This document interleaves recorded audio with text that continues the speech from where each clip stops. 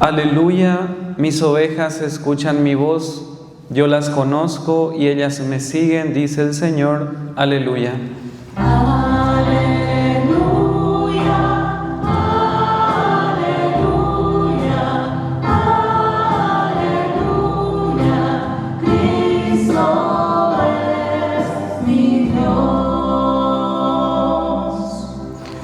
El Señor esté con ustedes.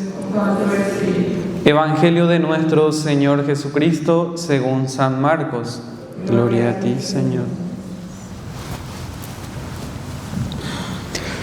Al regresar de su misión, los apóstoles se reunieron con Jesús y le contaron todo lo que habían hecho y enseñado.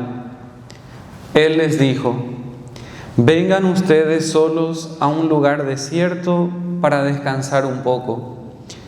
Porque era tanta la gente que iba y venía que no tenían tiempo ni para comer. Entonces se fueron solos en la barca a un lugar desierto.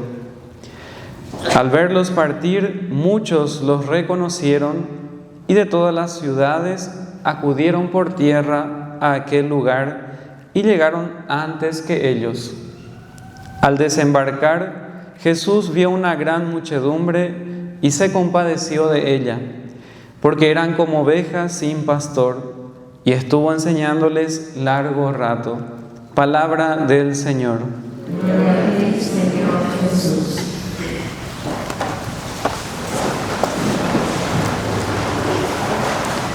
Muy buenas noches, hermanos y hermanas. Estamos en el segundo día de nuestra novena a la Madre del Perpetuo Socorro. Hoy la Iglesia nos invita a reflexionar sobre la educación integral. Y a veces cuando hablamos de educación podemos pensar que educar es simplemente llenar la cabeza de nuestros niños y jóvenes con datos, fórmulas, o prepararlos únicamente para que consigan en un futuro un trabajo o tengan una profesión. Pero la verdadera educación va mucho más allá. Educación integral significa formar a la persona completa en todas sus dimensiones, en sus pensamientos, en sus sentimientos, su vida espiritual y su capacidad de convivir con los demás en justicia y en paz. Y en esta tarea nadie camina solo. Contamos también con el auxilio de nuestra Madre. Si nos vamos a la primera lectura, recordamos la carta de San Pablo a Timoteo, que era un joven discípulo suyo. Y San Pablo le da un consejo de oro. Le dice: permanece fiel a lo que has aprendido. Pablo le recuerda que desde la infancia ha conocido la Sagrada Escritura. Desde este texto podemos sacar 3 ideas para nosotros, para nuestro tema. Primero, que la educación no debe quedarse en la superficie. Una formación integral busca que el estudiante encuentre el sentido de su vida y su trascendencia. Una educación que solo instruye la mente, pero olvida el espíritu, crea personas ciertamente muy inteligentes, pero potencialmente indiferentes al dolor ajeno. Pablo dice que la Escritura sirve para enseñar, reprender, corregir y educar en la rectitud. Educar integralmente implica entonces formar también el carácter y la ética, saber distinguir lo que construye de lo que destruye. Y como una conclusión, dice Pablo, por medio de permanecer fiel a lo aprendido y recurrir a la palabra o la escritura, dice, todo eso va a hacer que el humano esté perfectamente equipado para toda obra buena. No educamos para el éxito individual, sino para el servicio. El fin de la educación es que la persona sea capaz de hacer el bien en el mundo, como decía Pablo, para toda obra buena. Y teniendo presente esta carta de Pablo a su discípulo Timoteo, así como en las otras misas, le voy a preguntar a ustedes también. Sí, hoy yo voy a sacar mi conclusión. ¿Quién tiene Biblia en su casa? Que levante la mano un poco. ¿Quién tiene en su teléfono Biblia? ¿Alguno que otro? Muy bien. Y ahora la pregunta más importante. ¿Leen su Biblia o su teléfono? ¿Que tienen la Biblia que tienen en su teléfono? Levanta un poco la mano sin mentir. Ahí ya bajó la cantidad, ¿verdad? De las 9 misas que celebramos hoy, más o menos la mitad por ahí fue lo mismo, ¿verdad? Entonces yo creo que es un pecado nuestro como cristianos católicos, ¿verdad? Y una crítica que nos hacen nuestros hermanos separados con cierta razón, ¿verdad? ¿Por qué? Sabiendo esto que dice Pablo, que toda escritura es buena para enseñarnos, para reprendernos, corregirnos, educarnos en la vida recta, sabiendo esto, no lo hacemos. Entonces es como un pecado nuestro, sabiendo que ahí le encontramos a Dios, encontramos lo que Jesús quiere que hagamos, cómo quiere que vivamos como cristianos. Entonces es difícil ser buen cristiano si no partimos de su palabra, ¿verdad? Entonces yo les desafío y les invito a que, teniendo presente este tema de hoy, que es educación integral, que tratemos de usar más la palabra de Dios para educarnos y crecer en nuestra formación cristiana como cristianos católicos, ¿verdad? Formación cristiana. Entonces abarca también eso de lo que es nuestro tema de hoy. Muy bien, ahora yéndonos al Evangelio, nos muestra a Jesús como el maestro por excelencia. Jesús es el modelo de maestro para nosotros. Su enfoque nos enseña hoy, primero, que el ser humano no es una máquina de producir. Por eso escuchamos que después de que los discípulos vinieron de hacer sus misiones, sus recorridas, de enseñar también, Jesús le invita a descansar. Entonces, una educación integral reconoce la necesidad del descanso, la pausa, del silencio y del encuentro con uno mismo. Que no todo tiene que ser siempre hacer, sino también ser. La educación, teniendo presente este Evangelio, nace de la mirada. Educar nace de la mirada.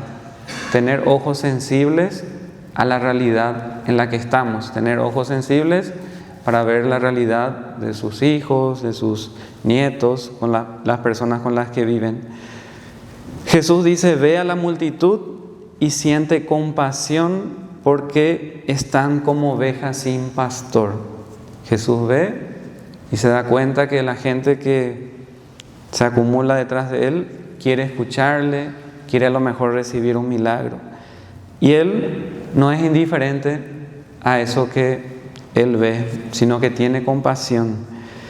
El educador integral, ya sea papá, mamá, maestro o guía, no mira expedientes o notas, sino que mira personas con necesidades, miedos y esperanzas.